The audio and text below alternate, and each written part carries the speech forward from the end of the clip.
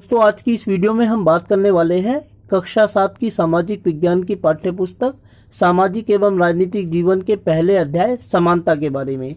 बड़ा ही मजेदार चैप्टर है दोस्तों, इसीलिए आपसे अनुरोध करता हूं कि आप वीडियो को शुरू से लेकर अंत तक देखें। इस कहानी की शुरुआत होती है कांता देवी नाम की एक घरेलू कामगार के रूप में। कांता देवी एक घरेलू कामगार है, जिसका अर्थ है कि वह घरों में जाकर साफ सफाई करने का काम, झाड़ू पोंछा, बर्तन साफ करने का काम करती है। वह वोट करने के लिए लाइन में खड़ी है और यह देखकर बहुत खुश है कि जिन घरों में वह काम करती है उनके मालिक भी उसी लाइन में लगे हुए हैं और वोट देने के लिए अपनी बारी का इंतजार कर रहे हैं। ठीक उसके पीछे सुजाता नाम की एक अन्य घरेलू कामगार महिला खड़ी हुई है, जिससे वह बात करती है।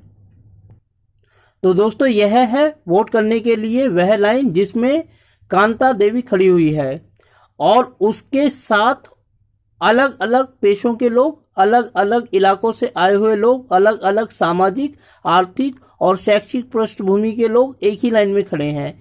यह देखकर वह बहुत खुश है कि तमाम तरह के लोग एक ही लाइन में खड़े हैं और वह सोचती है कि देखो हम सब के बीच कितनी समानता है कि सारे के सारे लोग एक ही लाइन में खड़े हैं, अपनी बारी का इंतजार कर रहे हैं वोटिंग करने के लिए।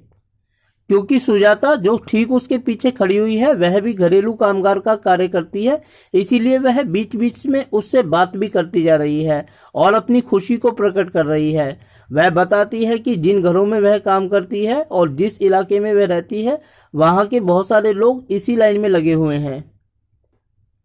सुजाता एवं कांता देवी के बीच जो बात होती है उसके अंतर्गत कांता देवी सुजाता को बताती है कि यह कितनी अच्छी बात है कि सारे लोग वोट डालने के लिए समान है और खुद एक ही लाइन में खड़े हुए हैं, चाहे वह बिल्कुल अलग अलग पृष्ठभूमि के हों, कहीं से भी आते हों। और पीछे से एक अन्य व्यक्ति भी आवाज देता है और सुजाता भी अपनी इच्छा प्रकट करते हैं कि हाँ बिल्कुल यह सही है।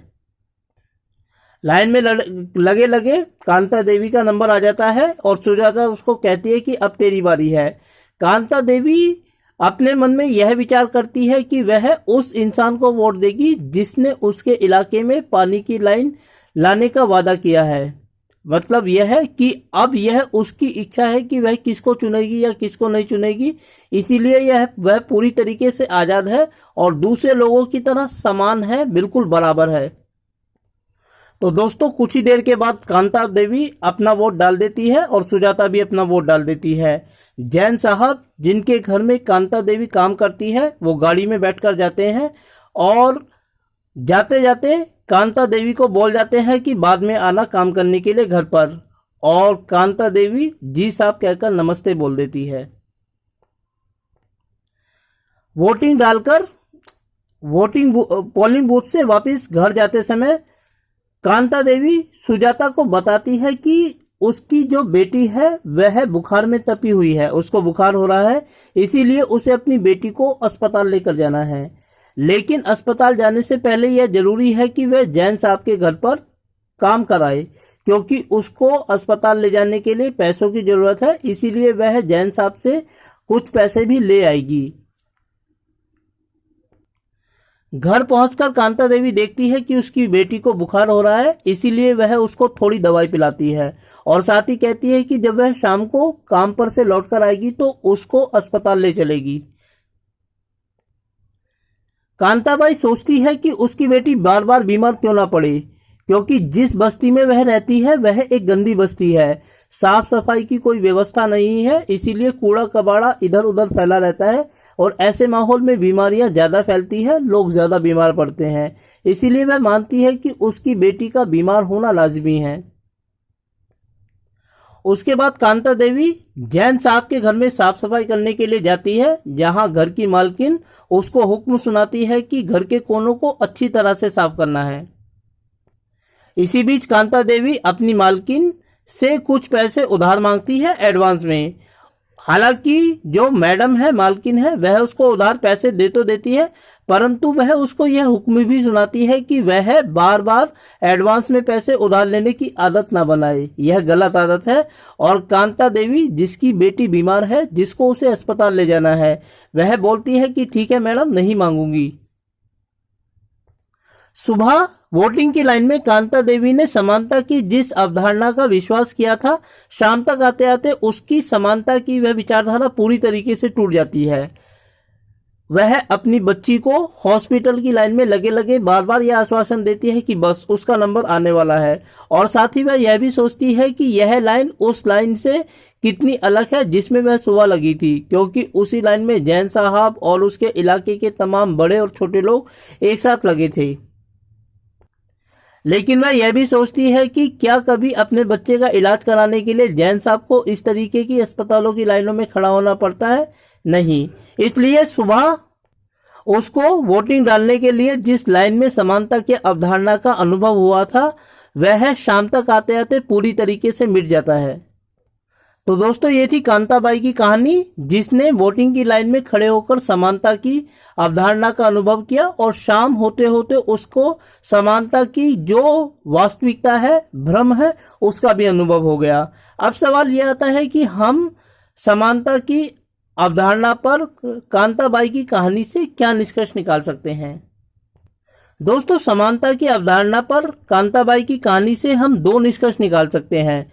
पहला यह है कि भारत में राजनीतिक रूप से सभी लोग समान हैं, क्योंकि मताधिकार की वाली लाइन में वोट लेने के लिए सभी लोग एक ही लाइन में खड़े थे। उनके बीच कोई भी असमानता नहीं थी, किसी भी प्रकार की समानता नहीं थी। सारे लोग अपना वोट देने के लिए एक ही लाइन में खड़े होकर अपनी बारी का इंतजार कर रहे थे। इससे पता चलता है कि राजनीतिक रूप से भारत में सारे लोग समान हैं, उनके बीच किसी भी प्रकार का कोई अंतर नहीं है। लेकिन जैसे जैसे दिन बीतता है, वैसे वैसे कांताबाई यह भी अनुभव करती है कि वास्तव में राजनीतिक समानता या मताधिकार की समानता एक भ्रम है, क्योंकि आर्थिक आधार पर समाज में अनेक असमानताएं स्थापित है। और यही समानता की दिशा में हम दूसरा निष्कर्ष निकाल सकते हैं कांताबाई की कहानी से।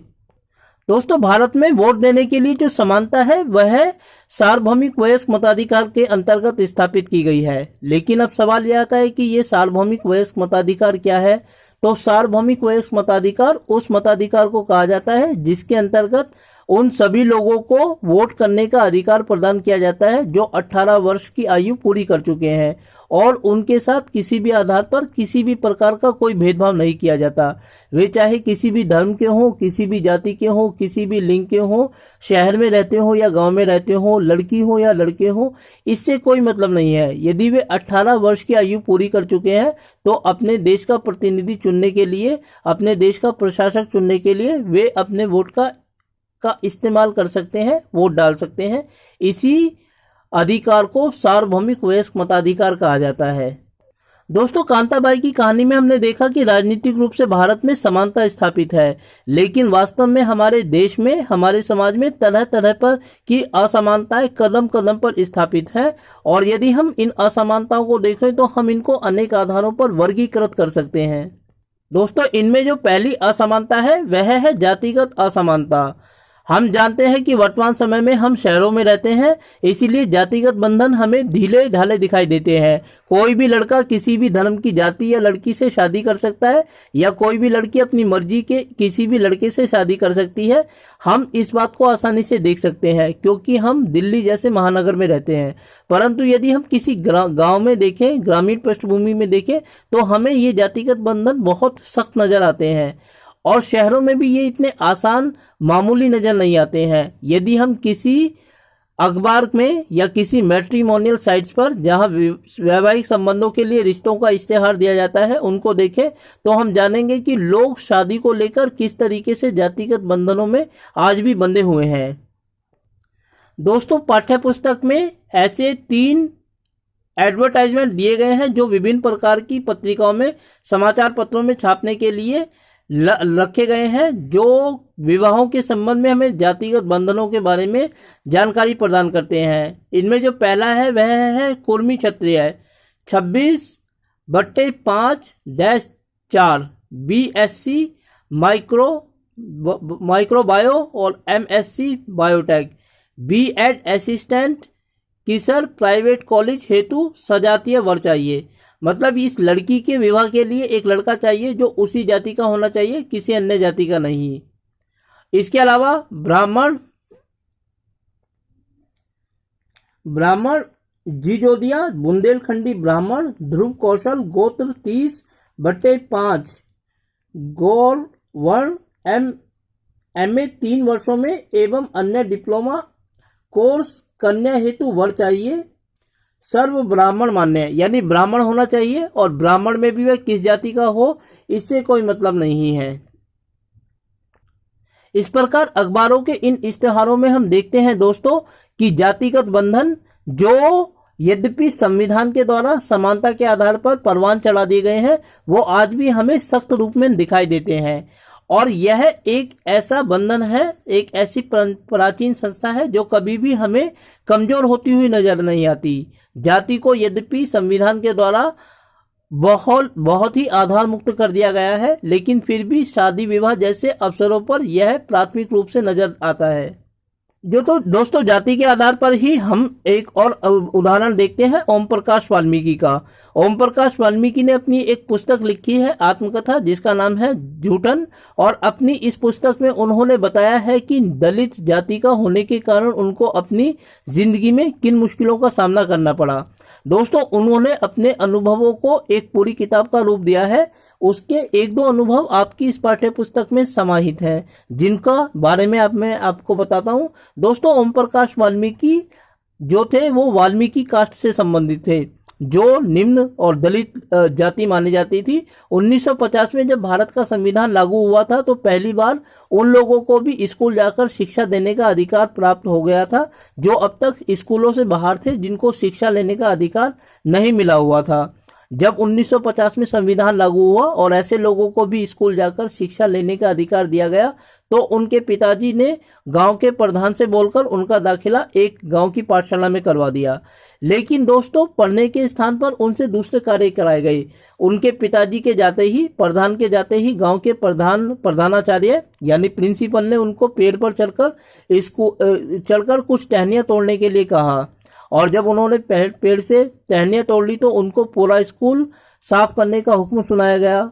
लेकिन वह जो छोटा सा बच्चा था 6-7 साल का ओम प्रकाश वाल्मीकि कुछ बोल नहीं सका, क्योंकि यह प्रिंसिपल का आदेश था और प्रिंसिपल की तरफ वो देखते तो इससे पहले ही प्रिंसिपल का यह आदेश आ गया कि इसमें देखने की क्या बात है, यह तो तुम्हारा पुश्तैनी काम है, अगर स्कूल साफ कर दोगे तो तुम्हारा कुछ घिसेगा नहीं। ओम प्रकाश वाल्मीकि ने यह सोचकर स्कूल साफ करना शुरू कर दिया कि कल से वो पढ़ना शुरू कर देंगे।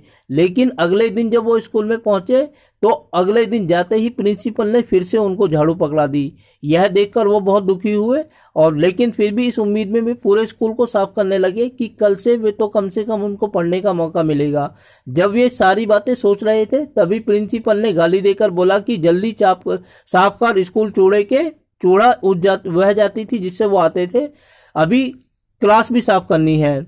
यह देखकर वे पूरे परेशान हो गए, क्योंकि छोटे से बच्चे के वजूद के सामने स्कूल का वजूद बहुत ज्यादा बड़ा था।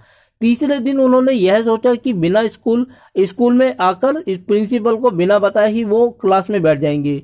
इसीलिए प्रिंसिपल को बिना बताए ही वे चुपके से आकर उस क्लास में बैठ गए जहां पर उनको एडमिशन दिया गया था। लेकिन जैसे ही किसी के आने की आवाज सुनाई देती वैसे ही वे डर जाते। अचानक उन्होंने देखा कि प्रिंसिपल आया और गाली देकर उनको बोला कि लगा झाड़ू वरना स्कूल से बाहर निकाल दूंगा। तीसरे दिन भी वो झाड़ू लगाते रहे, लेकिन अचानक यह हुआ कि उनके पिताजी स्कूल के बाहर से गुजरे, और यह देखकर उनको बड़ा दुख हुआ और गुस्सा आया कि जिस बच्चे को उन्होंने स्कूल में पढ़ने के लिए भेजा था उससे वह काम कराया जा रहा है जिससे वे पीछा छुड़ाना चाहते हैं। यह देखकर वो बहुत गुस्सा हुए और प्रिंसिपल के सामने अपने बेटे को ले जाकर बोले कि आप स्कूल के मास्टर हो, इसीलिए आपको छोड़कर जा रहा हूं। आप क्या सोचते हो ये बच्चा पढ़ेगा नहीं? यह पढ़ेगा और इसके पढ़ने के बाद दूसरे लोग भी पढ़कर आएंगे। तो दोस्तों ओम प्रकाश वाल्मीकि का यह उदाहरण दिखाता है कि वर्तमान समय में हमारे में जो जातिगत असमानता है वो फैली हुई है, और इस जातिगत असमानता को मिटाने के लिए सिर्फ कानून बना देना ही काफी नहीं है, बल्कि उनको मन से मानना भी जरूरी है। दोस्तों, असमानता केवल आर्थिक और जाति के आधार पर ही समाज में नहीं पाई जाती है, बल्कि धर्म के आधार पर भी असमानता पाई जाती है। और इसका उदाहरण हम देखते हैं मिस्टर और मिसिज अंसारी की कहानी के रूप में। इस कहानी का भी वर्णन आपकी पाठ्य पुस्तक में किया गया है। आप चाहे तो अधिक अध्ययन के लिए उसको पढ़ सकते हैं। मैं आपको संक्षेप में यह कहानी सुनाता हूँ। दोस्तों, मिस्टर और मिसिज अंसारी किसी शहर में नए आए थे और उनको रहने के लिए एक किराए पर मकान चाहिए था। इसीलिए उन्होंने एक डीलर से बात की और डीलर ने उनको तरह तरह के घर दिखाना शुरू कर दिया। लेकिन उनकी दिक्कत ये थी कि वो मुस्लिम थे और मुस्लिमों को लेकर हमारे समाज में कुछ धार्मिक मान्यताएं प्रचलित हैं जो कि गलत हैं। एक बार यह हुआ कि डीलर उनको एक घर में दिखाने के लिए ले गए, लेकिन मकान मालिक ने बिना कुछ देखे ही यह कह दिया कि वे किसी भी ऐसे इंसान को अपना कमरा किराए पर नहीं देंगे जो मांस खाता हो। ठीक है, क्योंकि उनका यह मानना था कि जो भी मुसलमान है वह मांस तो खाता ही होगा। तो यह देखकर मिस्टर और मिसिज अंसारी को बहुत दुख हुआ कि उनको इस कारण यह कमरा किराए पर नहीं दिया गया, क्योंकि उनके बारे में यह मान्यता बना ली गई है कि वे मुसलमान हैं और सभी मुसलमान मांस खाते हैं। हालांकि मिस्टर और मिसिज अंसारी ने यह अनुभव किया कि जिस घर में उनको इस कारण कमरा किराए पर देने से मना किया जा रहा है कि वे मांस खाते हैं, वहां बगल के कमरे से ही मछली बनने की महक बाहर आ रही थी। यानी कि जिस घर में खुद लोग मांस खाते हो वहां पर इस कारण किसी इंसान को कमरा देने से किराए पर मना किया जा रहा है कि वह मांस खाता है। यह दरअसल उनकी मानसिकता को दिखाता है। मानसिकता को इसलिए दिखाता है कि क्योंकि वे धार्मिक आधार पर प्रचलित असमानता की भावना से ग्रसित है। वे मुसलमान हैं, इसीलिए उसको कोई बहाना बनाना है और इस बहाने के रूप में वे यह बता देते हैं कि वे किसी भी मांसाहारी को अपने घर में कमरा किराए पर नहीं देंगे। दोस्तों, मिस्टर और मिसिज अंसारी को अनेक समस्याओं का सामना करना पड़ा कमरा किराए पर लेने के लिए, क्योंकि वे एक ऐसे धर्म से संबंधित थे जो असमानता की धारणा का शिकार था। हालांकि जिस डीलर ने उनको वह कमरा दिखाया था तो उन्होंने उनको एक रास्ता भी सुझाया। उन्होंने कहा कि आपको कमरा आसानी से मिल जाएगा, बशर्ते कि आप अपना नाम चेंज कर दो। आप मिस्टर और मिसिज अंसारी के स्थान पर आप मिस्टर और मिसिज शर्मा, मिस्टर और मिसिज सिंह किसी भी नाम का प्रयोग कर सकते हैं, लेकिन आप मिस्टर और मिसिज अंसारी शब्द का इस्तेमाल न करें, क्योंकि वह जानता था कि भारत में धार्मिक आधार पर मुस्लिम लोगों के साथ असमानता का बर्ताव किया जाता है। लेकिन मिस्टर और मिसिज अंसारी को इसके कारण अपनी गरिमा पर आघात होता हुआ नजर आया, इसीलिए उन्होंने इस बात को मानने से इनकार कर दिया और उन्होंने कहा कि नाम बदले बिना ही वे कमरा किराए पर लेंगे। और बाद में यही हुआ दोस्तों, बिना नाम बदले ही उनको अपना कमरा जो था वो किराए पर मिल गया। तो दोस्तों, समानता के बारे में यह था हमारे अध्ययन का पहला भाग, जिसमें हमने देखा कि समानता का मतलब क्या होता है, किस तरीके से कांताबाई वोटिंग की लाइन में खड़ी होकर समानता का अनुभव करती है और जैसे जैसे दिन ढलता है वह किस तरीके से समानता के आधार पर स्थापित भ्रम को टूटते हुए देखती है। साथ ही हमने यह भी देखा कि जातिगत आधार पर किस तरीके से समाज में असमानता प्रचलित है। वैवाहिक संबंधों को लेकर क्या असमानता प्रचलित है। ओम प्रकाश वाल्मीकि को निम्न जाति का बच्चा होने के कारण किस प्रकार असमानता का सामना करना पड़ा और मिस्टर और मिसिज अंसारी को अलग धर्म का होने के कारण किस प्रकार धार्मिक असमानता का सामना करना पड़ा। दोस्तों, मैं उम्मीद करता हूं कि वीडियो आपको अच्छी लगी होगी और साथ ही आपसे अनुरोध करता हूं कि यदि वीडियो अच्छी लगी तो वीडियो को लाइक करें और चैनल को सब्सक्राइब करें और साथ ही इस अध्याय के दूसरे पार्ट के लिए मेरे साथ बने रहे मेरे YouTube चैनल पर, जिसका नाम है सिंपल एजुकेशन। दोस्तों, वीडियो को देखने के लिए आपका बहुत बहुत धन्यवाद।